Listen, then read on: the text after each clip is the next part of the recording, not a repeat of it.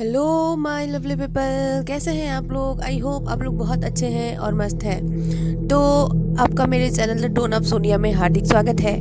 आप मेरी स्टोरीज इतना पसंद कर रहे हैं इसके लिए थैंक यू सो मच। तो चलिए आज की स्टोरी स्टार्ट करते हैं। इससे पहले अगर आप मेरे चैनल पर नए हैं तो जल्दी से चैनल को सब्सक्राइब कर लीजिएगा। स्टोरी पसंद आए तो लाइक और शेयर करना ना भूलिएगा। चलिए आज की स्टोरी स्टार्ट करते हैं। आज की स्टोरी है कमरा नंबर 408। यह कहानी है होटल के भूतिया कमरा नंबर 408 की। यह होटल बहुतों का होटल तो नहीं था, पर इस होटल में कुछ ऐसी घटनाएं होती थी जिसके कारण यह दूसरे होटलों से अलग था। कहानी की शुरुआत कुछ ऐसे है कि राहुल और उसका दोस्त अमित घूमने के लिए मनाली जा रहे थे। मनाली पहुंचते ही वे सबसे पहले अपनी कार से उस होटल में गए जहां उन्होंने कमरा बुक किया था। वहां थोड़ा आराम करने के बाद वो दोनों घूमने निकल गए। रात होने के बाद जब वो वापस अपने होटल जा रहे थे तभी खराब मौसम के कारण होटल जाने का रास्ता बंद हो गया था। रास्ते को सही होने में सुबह तक का समय लगने वाला था। राहुल और अमित ने सोचा कि अपने होटल तो आज रात जा नहीं सकते, इसलिए यहीं आसपास में किसी होटल में एक रात के लिए कमरा बुक कर लिया जाए और सुबह होते ही अपने होटल चले जाएंगे। वो दोनों कमरे की तलाश में अपनी कार से इधर उधर होटल ढूंढने लगे। आसपास कोई इंसान भी नहीं दिख रहा था जिसे वो लोग किसी होटल का रास्ता पूछ सके। काफी समय बीत जाने के बाद उन लोगों को एक बुढ़ा आदमी दिखा। राहुल ने अपनी कार रोककर उससे होटल का रास्ता पूछा तो बुढ़े ने एक और इशारा करते हुए होटल का रास्ता बताया। राहुल बुढ़े के बताए हुए रास्ते की तरफ अपनी कार लेके चल दिया। कुछ दूर चलने के बाद उन लोगों को एक होटल दिखाई दिया। राहुल और अमित ने चैन की सांस ली और होटल के अंदर चले गए। होटल के अंदर जाके उन्होंने काउंटर पर खड़े आदमी से रात भर रुकने के लिए एक कमरा मांगा। उस आदमी ने होटल के कुछ नियम बताए और एक कमरे की चाबी राहुल को दे दी। राहुल और अमित चाबी लेके कमरे की ओर चल दिए। चाबी पर कमरे का नंबर लिखा था, कमरा नंबर 408। राहुल और अमित चाबी लेके कमरे की ओर चल दिए। होटल में हर मंजिल पे चहल पहल थी। इन दोनों का कमरा चौथे मंजिल पे था। वो मंजिल बिल्कुल सुनसान था। खैर, वे लोग इस बात पर ज्यादा ध्यान नहीं दिए। उन्हें तो यहाँ बस एक रात ही गुजारनी थी, इसलिए वे लोग अपने कमरे के अंदर चले गए। अंदर पहुंच के उन्होंने देखा कि ये उस कमरे में तो काफी धूल है। ऐसा लग रहा था जैसे कई सालों से वो कमरा बंद पड़ा हुआ हो। वहां ना तो पीने का पानी था और ना ही नहाने का। राहुल ने वहां पे रखे फोन से होटल के स्टाफ को कॉल किया। कॉल किसी ने नहीं उठाया। राहुल ने फिर कॉल लगाया, पर कॉल इस बार किसी ने उठाया पर कुछ बोला नहीं। डरावनी सी हंसी के बाद कॉल कट गया। उसके तुरंत बाद ही वापस उसी फोन पे कॉल आया।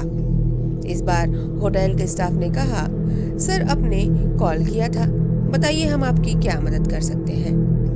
राहुल ने जवाब दिया, आपने हमें ये कैसा कमरा दिया है, ना ही यहाँ पीने का पानी है और ना ही नहाने का। चारों तरफ सिर्फ धूल ही धूल है। आप जल्दी से यहाँ आइए और सब यहीं करवाइए। स्टाफ ने इस बात की माफी मांगी और कमरे का नंबर पूछा तो राहुल ने जवाब दिया, कमरा नंबर 408। इतना सुनते ही स्टाफ डर गया और डरते हुए राहुल से पूछा, सर आप उस कमरे में क्या कर रहे हैं। राहुल ने चिल्लाते हुए कहा, ये क्या मजाक चल रहा, आप लोगों ने ही तो मुझे इस कमरे की चाबी दी थी। स्टाफ सहमी आवाज में बोला, सर जितना जल्दी से जल्दी हो सके आप उस कमरे से बाहर निकलिए और नीचे आइए। राहुल ने पूछा, पर क्यों।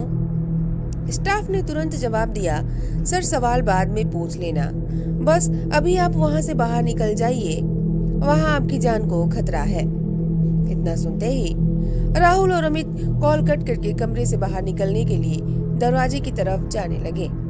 तभी किसी ने दरवाजा खटखटाया। राहुल ने पूछा कौन है। इस बार पूछने पे भी कुछ आवाज नहीं आई।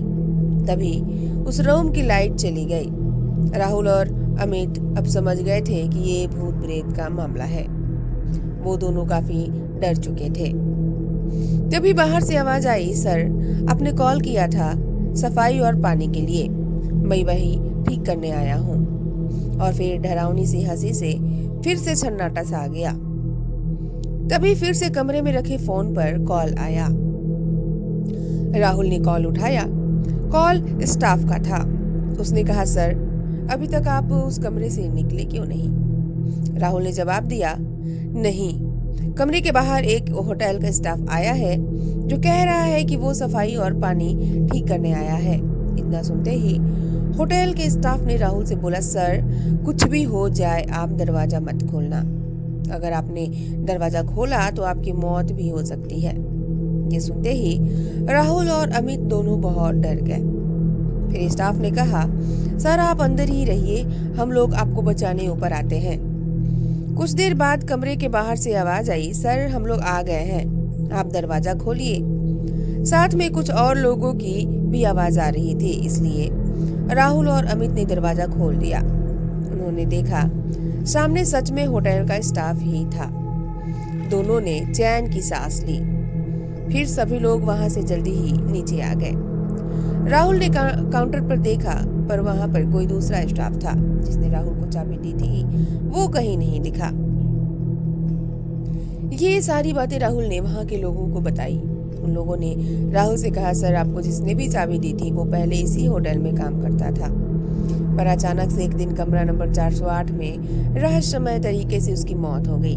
तब से उसकी आत्मा इसी होटल में रहती है, पर वो बस उन लोगों को ही परेशान करती है जो 408 कमरे के आसपास जाते हैं। पता नहीं आज आप लोगों को वो कैसे उस कमरे तक ले गई। राहुल और अमित अब सारी बातें समझ चुके थे। जैसे तैसे उन्होंने वहां रात गुजारी और सुबह होते ही अपने होटल की ओर चल दिए।